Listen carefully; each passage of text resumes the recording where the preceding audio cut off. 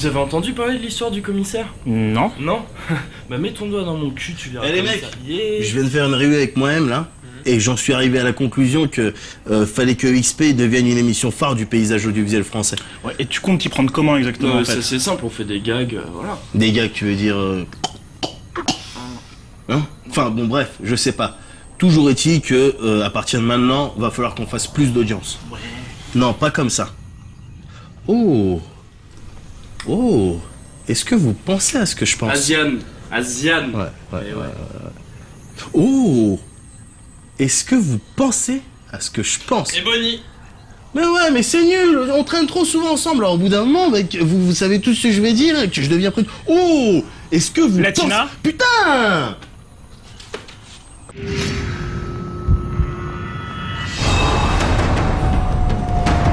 Now the fate of our world, of every world, Salut, ça va? rests in his hands. On commence ces news avec du 18+, et l'annonce d'un mode multijoueur pour Mass Effect 3. Des rumeurs nous avaient déjà mis la puce à l'oreille, et on commençait sérieusement à s'inquiéter quant à cette nouvelle orientation. Du multi mal goupillé pourrait en effet gâcher totalement une série qui partait sur de très bonnes bases, mais qui délaissait peu à peu sa dimension RPG pour se tourner vers l'action. En plus, on sait maintenant que BioWare est capable de faire de la merde, à l'image de Dragon Age 2, qui n'a su convaincre que les moins exigeants. Heureusement, le multi de Mass Effect 3 se cantonnera à de la coop jusqu'à 4 joueurs.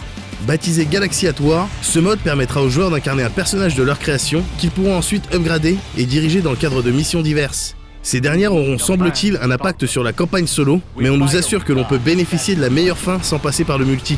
Une éventuelle bonne surprise donc, à condition que l'aventure solo tienne évidemment la route. On continue ces news avec du Square Enix cette fois, et une nouvelle vidéo de FF Type 0 sur PSP qui dévoile une grande partie de son game system. L'occasion pour nous de constater que le jeu sort complètement des classiques explorations et combats au tour par tour pour offrir une dimension action-stratégie en temps réel plutôt pas dégueulasse. Lorsque l'on ajoute à cela cette ambiance dark et sanglante que le titre semble dégager, on se dit qu'on a peut-être affaire à un excellent titre. Quoi qu'il en soit, on vous en dira évidemment plus une fois le jeu en main. Peut-être même dans une version japonaise, on sait pas encore.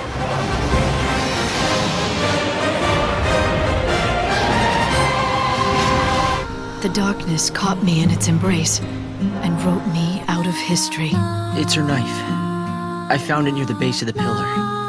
FF13-2 s'illustre également avec cette dernière vidéo qui est en ce moment même en train de vous spoiler la gueule.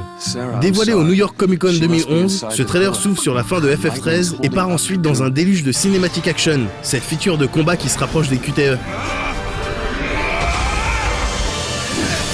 On y voit aussi des phases d'exploration sympathiques, ainsi que quelques images du cœur de l'histoire, ce système dont on vous avait déjà parlé et qui permet de voyager dans le temps. D'autres éléments comme des mini-jeux et des courses nous rassurent quant aux différents centres d'intérêt que ce FF proposera. On reste donc au taquet, enfin surtout Oblivion, sur ce titre toujours prévu pour début mars chez nous.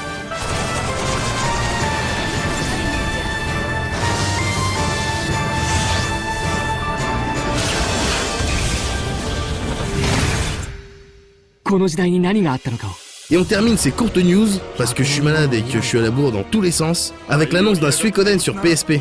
Ça fait plaisir, même si a priori, cet épisode devrait plus se rapprocher d'un Tierkreis que d'un Suiko classique, avec les intrigues politiques qu'on kiffe bien. Le scénar, quant à lui, devrait tourner autour d'un groupe de combattants qui se liguent contre un terrible monstre qui apparaît tous les 100 ans. Moyennement sexy et original donc, mais on lui laissera tout de même le bénéfice du doute, l'épisode Tierkreis n'étant vraiment pas le plus mauvais de la série.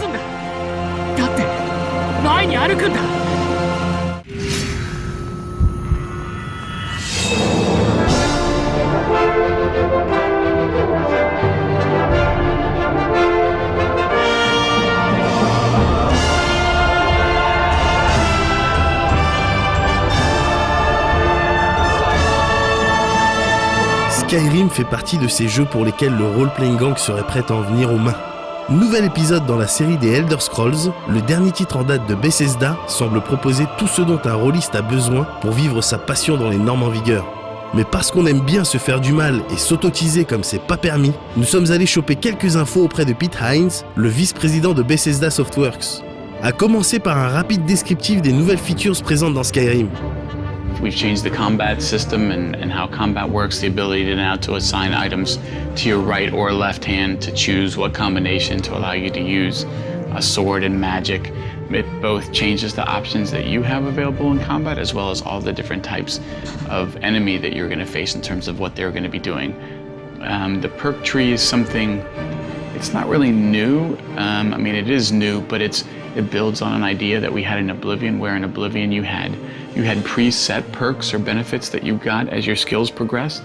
The perk tree is sort of the advancement of that idea to say, well, rather than have them be automatic things that you unlock, why don't we have those be things that you can pick to further define your character as you're leveling up? So they still have a requirement aspect, but there's more of a choice where every time you level up, you get to decide what things do I want to be even better at, what cool abilities do I want to unlock. What else? The Radiant story thing is new. It actually harkens back to some stuff that we were trying to do in previous games and figuring out a way to do it better in Skyrim, where it really addresses a couple things. Number one, when you come into town and you get a pretty basic quest, like go save my daughter who's been kidnapped by bandits, we can customize that quest a little bit so that maybe that quest is given to you by somebody you know or you've traded with a lot.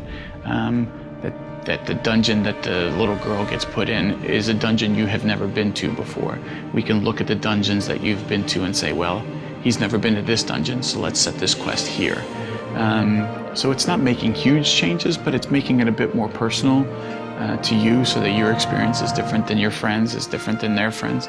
And then it also allows us the ability to be more flexible so that if you decide to kill an NPC as part of one quest, but you needed that NPC as part of another quest, that the system now says, okay, well, is there somebody else who can take over their role? Have they got a brother or sister who would now run the shop and you would go to them? So it makes the game more flexible and dynamic and allows people to experiment and play the game however they want and see how the game reacts to it. So I think those are the kinds of things that we try and do to improve. I mean, honestly, it's a huge list. The way alchemy works, the way enchanting works. We've added cooking as an ability now. We've added smithing as a perk where you can now create your own armor and weapons and improve it and find animals and skin them and turn them into leather. And you can mine stuff now. Like I said, this game is just so huge. It's just the list of new stuff just goes on and on and on. Beaucoup de nouveautés donc, qui, ajoutées à une base d'idées déjà bien conséquente, font naturellement de ce Skyrim un monstre de contenu, même comparé à Oblivion. In terms of size, it's a little hard to compare just because we have slightly different systems and different ways of going about building the world. But this is far and away the biggest game that we've ever attempted in terms of the amount of content, the amount of handcrafted places in the world for you to explore, the number of quests, all the factions, the main quest.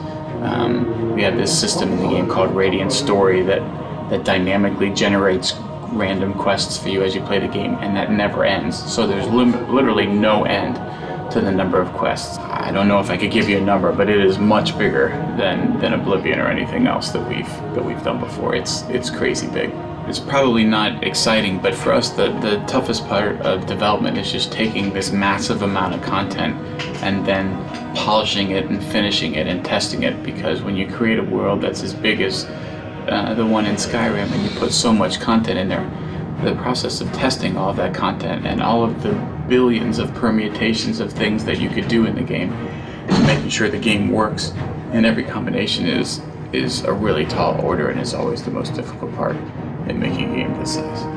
Un titre massif qui tire directement une partie de ses idées de la communauté, une pratique quasiment nécessaire pour un studio qui développe du RPG. En effet, la série des Elder Scrolls ne s'adresse pas vraiment aux joueurs occasionnels et demande un minimum d'investissement à celui qui veut entrer dans son univers. Il est donc important de chouchouter sa niche, même si cette dernière est plutôt massive, et de tenir compte des différents feedbacks. First of all, we do have a huge Elder Scrolls community, and they are awesome, and certainly very passionate about the games that we make, just like we are. In terms of feedback from them, really we get the most help from their feedback based on games of ours that they've played. So it's not as helpful when they comment on, well, you should do this in Skyrim. They haven't really played it to know whether or not that fits at all.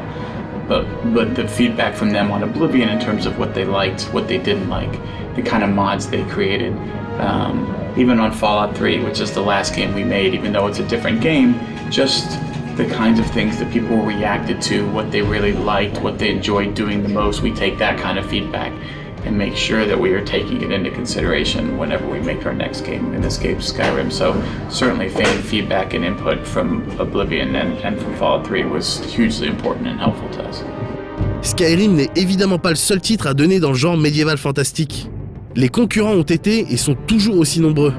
Dans cette configuration, quel peut être le point qui différencie Skyrim et la série The Elder Scrolls d'une manière générale, d'un Gothic, d'un Ultima ou d'un Two Worlds par exemple?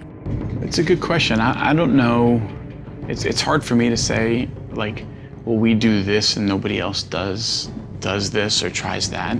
Because usually there's other games out there that are trying any number of things. They may be doing things that we're doing. I think for us, it's you know, how good a job do we do in giving you a sense of place in the world where you really feel like, I am this character, I am in this world, this, you know, this feels real to me.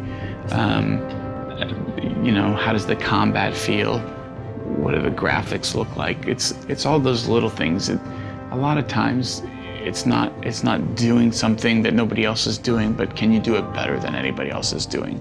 Can you make it more fun? Can you make it more immersive? Can you make it harder to put the controller down at 3 in the morning when you really need to go to bed because you have to go to work in 4 hours, but you just want to finish that one more quest. For us, it's that level of polish and really executing a simple idea to a very high level. Sometimes that's the most important thing. Prévu pour le 11 novembre sur PC et console HD, on attend maintenant d'avoir l'animal entre les mains pour savoir si le jeu a justement mérité cette attente. Cela donnera évidemment lieu à une critique dans les normes à l'occasion du prochain EXP.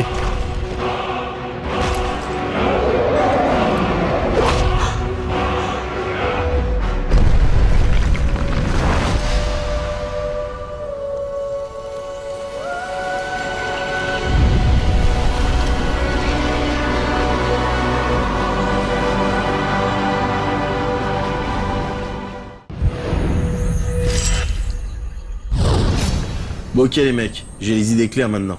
On va faire un EXP spécial audience. Non, vous êtes lourd.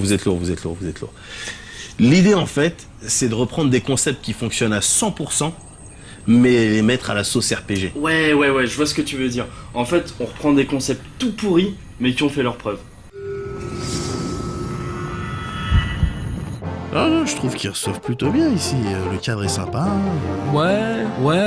Quand même, pour le Golden Shower, je m'attendais à mieux. T'as dit Golden Shower? Non, t'as dit Golden Shower. Golden Shower.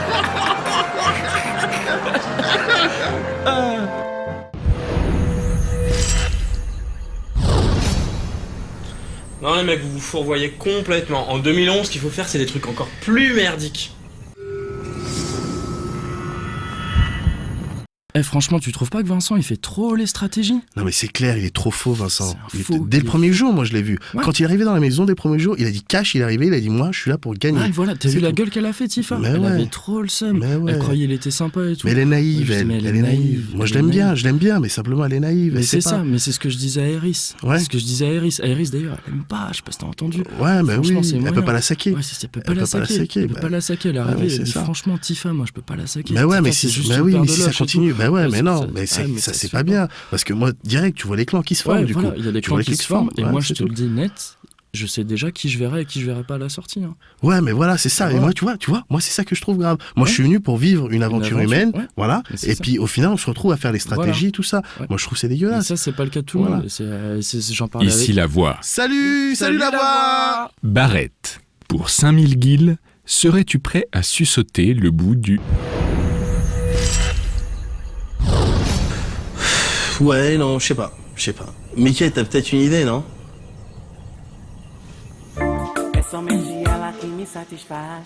Ok. Je suis bête en vrai.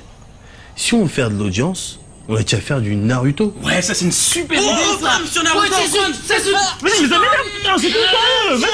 Vas-y, m'énerve. On se calme là. Y a personne qui fait personne. C'est moi qui décide. Sasuke.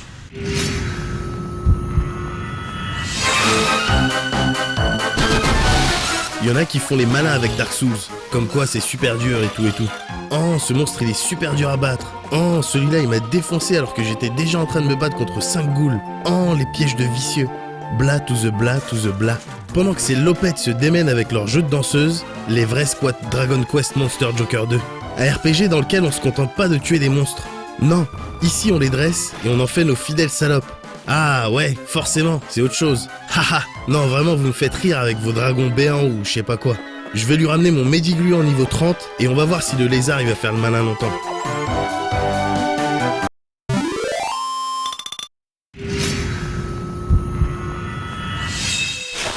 La passion fait parfois faire de drôles de choses. On pourrait citer la costumade, mais on n'est ni chien, ni particulièrement fan des nouvelles directives terminologiques.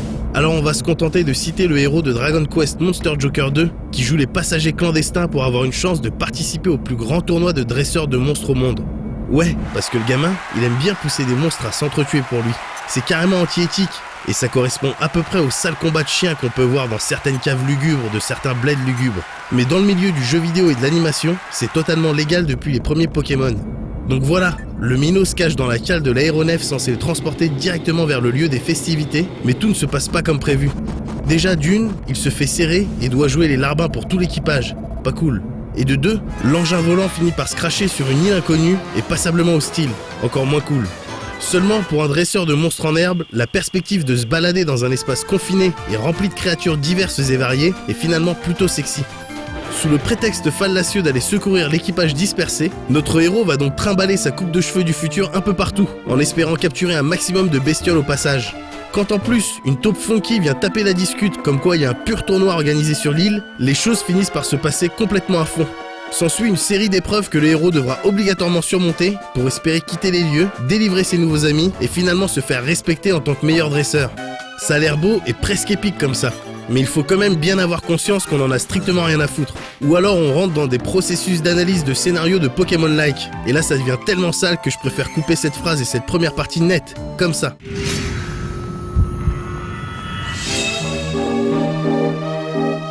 Dragon Quest Monster Joker 2 nous limite donc à l'exploration d'une île que l'on découvre au fur et à mesure des zones débloquées.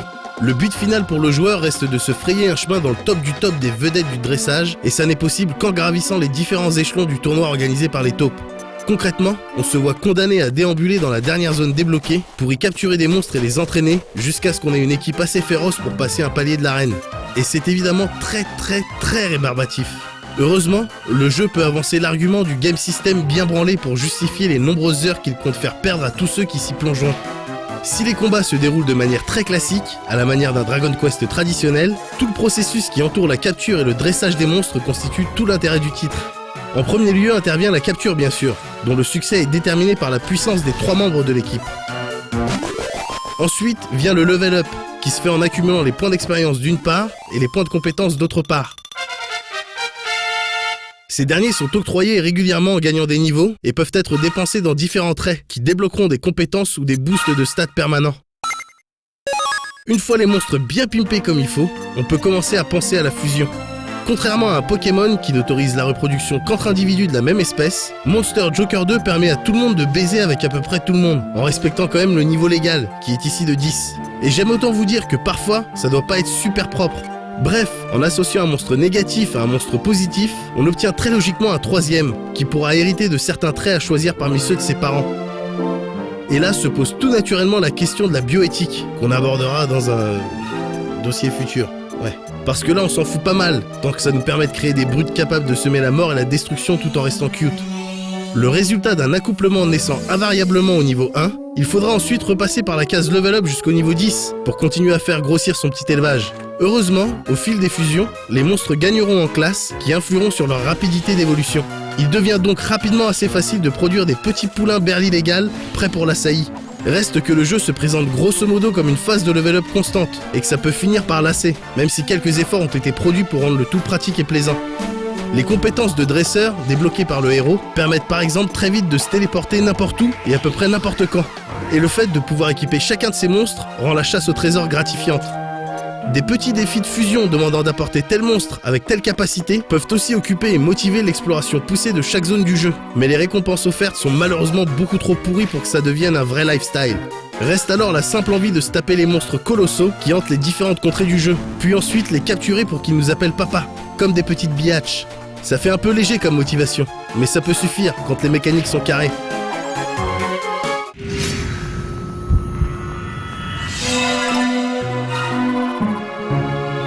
Loin d'être une référence absolue à retourner dans tous les sens absolument, Dragon Quest Monster Joker 2 fait très bien son boulot de Pokémon-like riche et bien foutu.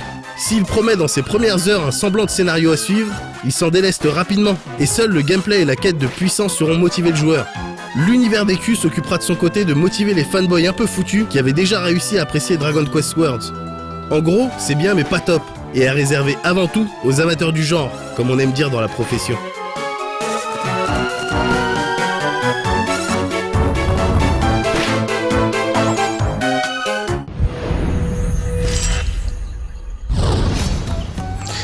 Bon les mecs, en tant que ninja de la Ambu Squad, notre mission principale c'est d'arrêter les ninjas ennemis.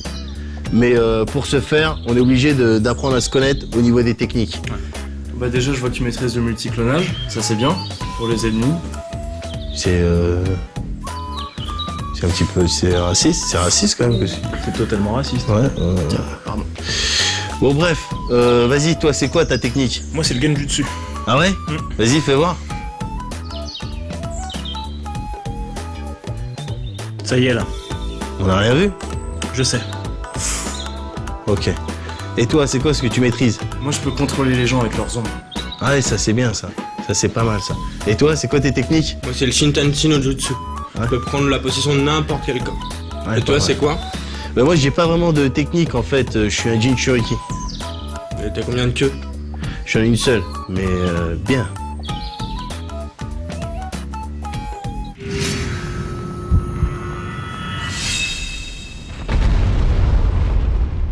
Galvanisé par ma tripotée de loup dans Demon's Souls, je m'étais dit que mon expérience sur Dark Souls allait se dérouler aussi simplement que papa dans maman. Je me suis dit que ça allait être une grande balade, avec des dangers certes, mais rien de suffisamment chien pour ébranler ce moral d'acier et cette dignité qui caractérise le chef du role-playing gang.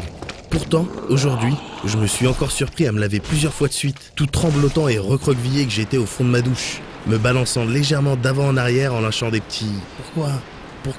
presque inaudibles, avec des bulles de bave pour faire encore plus désemparé. À plusieurs moments, j'ai voulu rage quit de manière définitive. J'en connais qui l'ont fait. Des proches, des justes, des braves, mais pas moi. Moi, même dans l'humiliation, je reste bonhomme.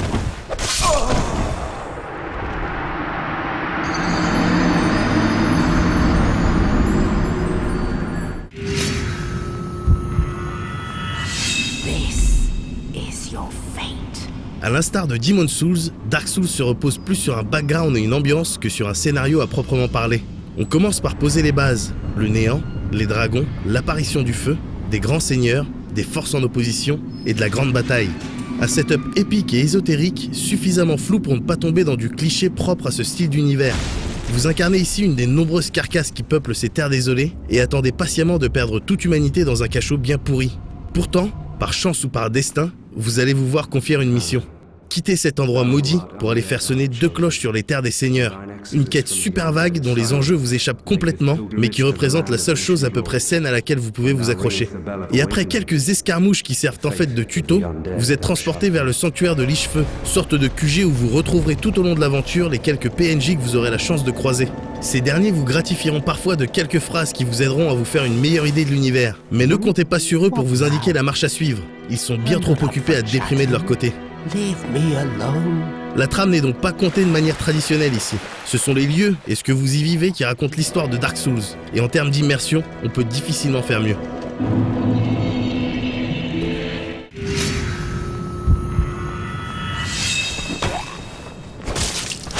La phase de tuto permet de constater dès le début du jeu les changements apportés au système de combat par rapport à Demon's Souls. L'attaque tombante tout d'abord, qui inflige beaucoup de dégâts aux ennemis qui ont le malheur de se trouver en dessous. Et enfin le saut, qui ne change pas radicalement l'expérience, mais qui permet de sauter par-dessus certains pièges ou obstacles. Aussi, vous n'avez plus de jauge de mana, et les sorts se gèrent désormais à la manière d'un bon vieux jeu de rôle papier, avec un nombre limité et du repos au coin du feu pour les régénérer. Pour le reste, les habitués de Demon's Souls ne devraient pas du tout être dépaysés. Les nouveaux venus, quant à eux, apprendront les mécaniques soit grâce aux petits messages laissés par les joueurs sur le sol, soit par l'échec et la mort, ce qui est bien plus probable. Les systèmes de petits messages et de taches de sang qui retracent les derniers moments d'un joueur ont donc été conservés. Tout comme ce principe d'état de vie et de mort d'ailleurs, qui diffère tout de même un peu.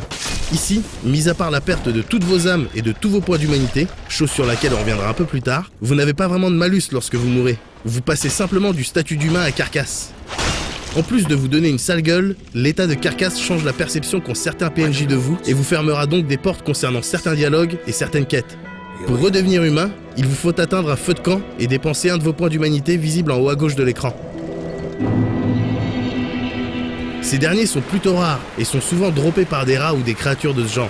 Les points d'humanité ont également d'autres fonctions. Le fait d'en avoir plusieurs augmente par exemple les chances de drop.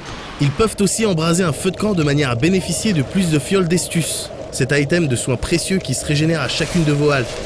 D'ailleurs, lorsqu'un joueur attise un feu alors que vous êtes dans les parages, vous bénéficiez d'un +1 temporaire dans vos fioles d'estus. Un petit coup de pouce qui vous fait vous sentir moins seul. Le feu de camp est donc l'occasion de récupérer tous ses points de vie, d'organiser ses sorts, de refaire le plein de fioles, mais aussi de dépenser ses âmes en vue d'un level up. Pour rappel, les âmes se trouvent ou se gagnent en combat et s'utilisent aussi bien pour les level up que pour les achats chez les différents marchands ou forgerons que vous croiserez. Lorsque vous les perdez à la suite d'une mort, vous avez toujours la possibilité de les récupérer, mais si d'aventure vous mourrez sur le chemin, elles disparaissent définitivement. La partie online de Dark Souls représente une grosse part de l'intérêt du jeu, même si l'aventure peut tout aussi bien se vivre offline. Comme dans Demon's Souls, il est possible de prêter main forte à d'autres joueurs lorsque vous êtes en mode carcasse et de vous faire aider à votre tour lorsque vous êtes humain. Pour une carcasse, la récompense pour avoir amené son hôte jusqu'à la fin d'un combat de boss est un point d'humanité. C'est beau. Vous pouvez aussi faire des trucs moins beaux online, comme envahir le monde d'un autre joueur par exemple. Attention cependant, s'il retient votre nom, ce dernier pourra éventuellement se venger en allant voir le bon PNJ et en achetant le bon item. Ça me rappelle une période sombre de notre histoire, mais c'est de bonne guerre. Aussi, toutes ces interactions avec d'autres joueurs dépendent en partie de votre alignement, ou de votre faction si vous préférez. Concrètement, en fonction de la voie que vous choisissez, vous devrez prêter serment auprès de certains PNJ. Ces factions, qui correspondent aux alignements que les rôlistes connaissent bien, peuvent vous récompenser si vous suivez leur voie, ou vous sanctionner si vous faites n'importe quoi. Vous pouvez toutefois racheter vos péchés si vous décidez de salement briser votre vœu, ou tout simplement si vous attaquez un PNJ par mégarde, mais cela vous coûtera cher en âme. Bref, c'est cet alignement qui déterminera vos rencontres online. Inutile donc d'espérer faire de la coop avec vos potes, et c'est tant mieux. Les autres features du jeu sont nombreuses et participent pour toutes à ce feeling de solitude, de violence et de puterie. Comme les malus occasionnés par certaines attaques de monstres, genre la malédiction par exemple. Beaucoup de choses dont je ne parle pas, ou que je ne vous montre pas, parce que j'avais pas envie de niquer ma partie juste pour le plaisir de l'illustration.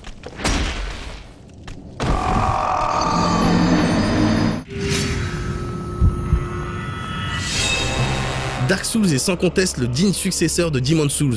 Il a su garder le kiff et la dimension mystique du premier, tout en ajoutant des réglages qui vont dans le sens de la puterie. Les feux de camp sont une excellente idée, et si ces derniers officient effectivement en tant que checkpoint, chose plutôt bizarre pour un jeu sans pitié, ils n'en font pas moins respawner tous les ennemis, vous obligeant à rester sans cesse sur vos gardes. La difficulté très élevée, chose sur laquelle From Software semble avoir tout misé, est bel et bien présente, et le sentiment de fierté lorsque l'on surmonte tous les coups de vis qu'on nous balance n'en est que plus grand. Les boss fights en revanche sont un peu décevants. Ils restent impressionnants visuellement mais ne proposent pas autant de challenge qu'un Demon's Souls. Un point à peine négatif pour un jeu qui, de toute manière, vous sanctionne en permanence.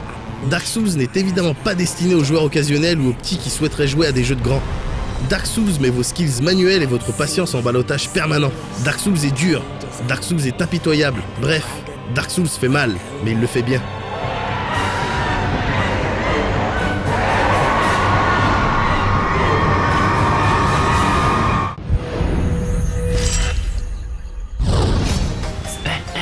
Moi, ce que je vais faire. Hey, pourquoi tu te mets des claques? Pourquoi tu te mets des claques? Vas-y, arrête. Pourquoi tu te mets des claques? Pourquoi tu te mets des claques? Qu'est-ce qu'ils font là? Pourquoi tu te mets des claques? Fais attention, tu perds ton chakra, tu perds ton chakra. Ah, mais tu te mets des claques. J'ai plus le choix là. Shintanchen no Jutsu.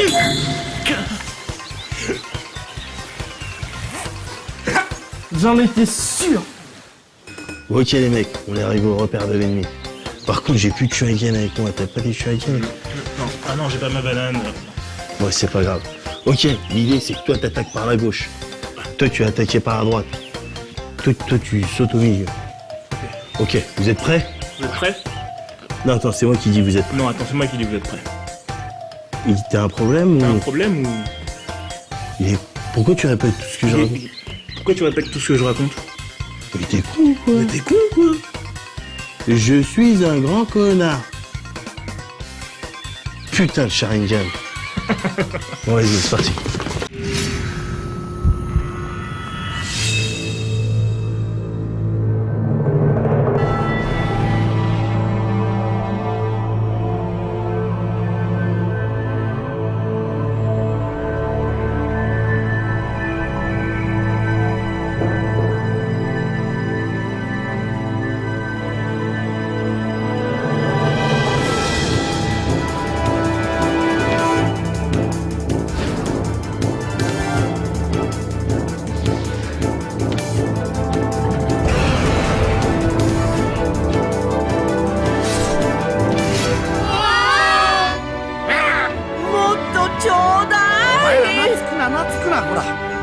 オリバー、行かないで。君の運命を変えられるのならば見せてもらおう。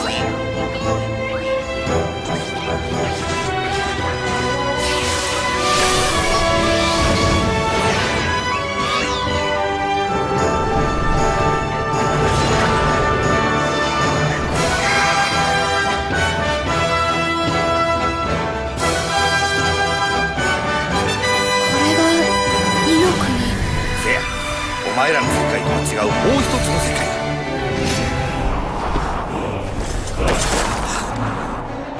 No one wanted to believe they even existed. And when the truth finally dawns, it dawns in fire.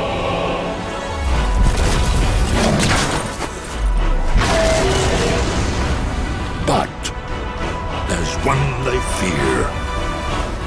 In their tongue, he's Dovahkiin, Dragonborn. 真面目にね。はいはい、総長殿。エニグマ駆動。やあ。燃やせ正義の炎、ジャスティスマグナム。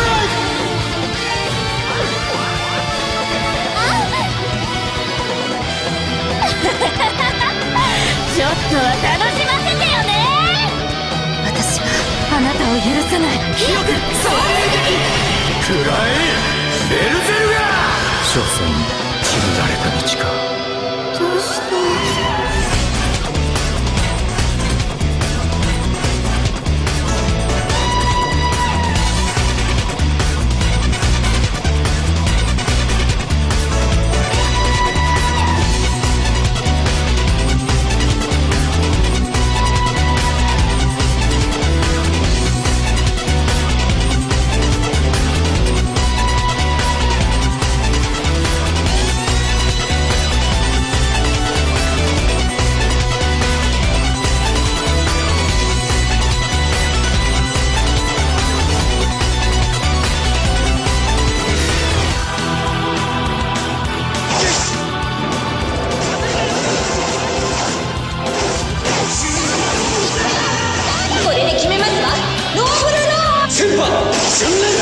するもんじゃないぜ。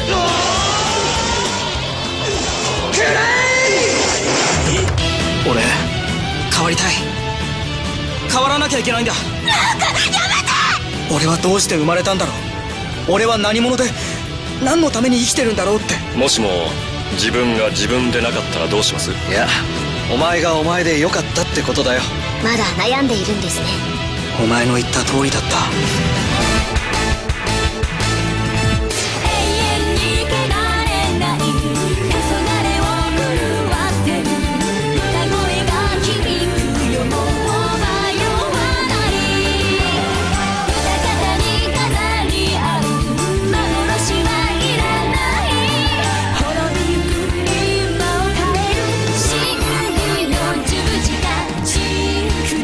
約束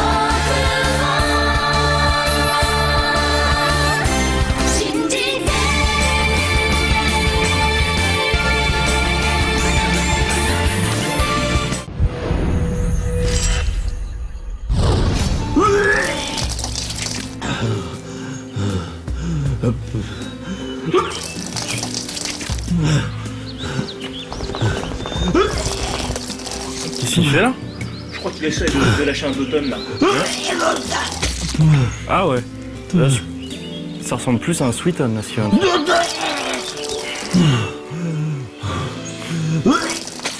un Sweeton avec des petits bouts d'automne.